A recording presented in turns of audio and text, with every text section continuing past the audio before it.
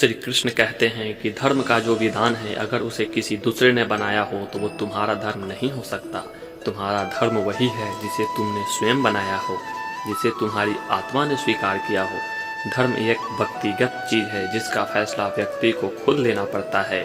किसी के गांव पर डाकू हमला करके उस गांव की लड़कियों का अपहरण कर रहे हैं और उसी समय किसी का पिता मृत्यु शैया पर पड़ा अंतिम सांस ले रहा है और अपने पुत्र से बार बार पानी की एक एक घूंट मांग रहा है, उस समय उस व्यक्ति का यानी कि उस पुत्र का क्या धर्म होना चाहिए?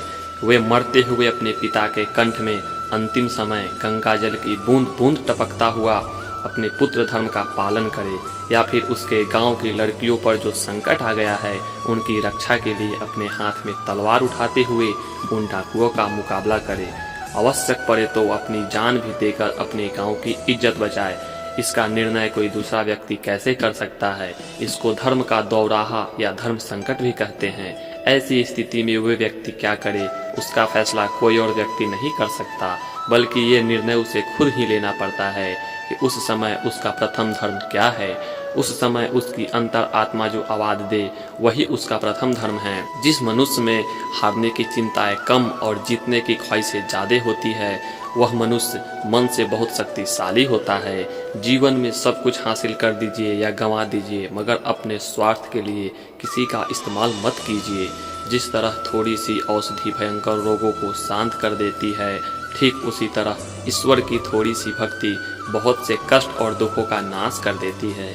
कभी कभी अपने लाइफ में आगे बढ़ने के लिए उन चीज़ों और व्यक्तियों को भी त्यागना पड़ता है जो कभी तुम्हारी हृदय की गहराइयों में विलीन थे। भगवान श्री कृष्ण कहते हैं कि अपने स्वार्थ के लिए दूसरे का इस्तेमाल कभी भी नहीं करना चाहिए।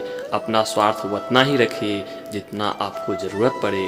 भगवान श्री कृष्ण ने गीता में सीधा कहा है कि दोस्तों कर्म करते रहिए, फल की चिंता कभी मत कीजिए, क्योंकि कर्म करना आपके हाथ में है लेकिन फल की प्राप्ति आपके हाथ में नहीं है।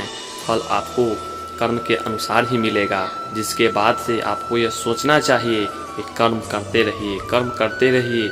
जिस दिन आपका कर्म अच्छा होगा उस दिन आपका फल भी बहुत ही अच्छा मिलेगा। अगर आपका कर्म ही अच्छा नहीं होगा तो फल आपको कभी भी अच्छा नहीं मिल सकता है।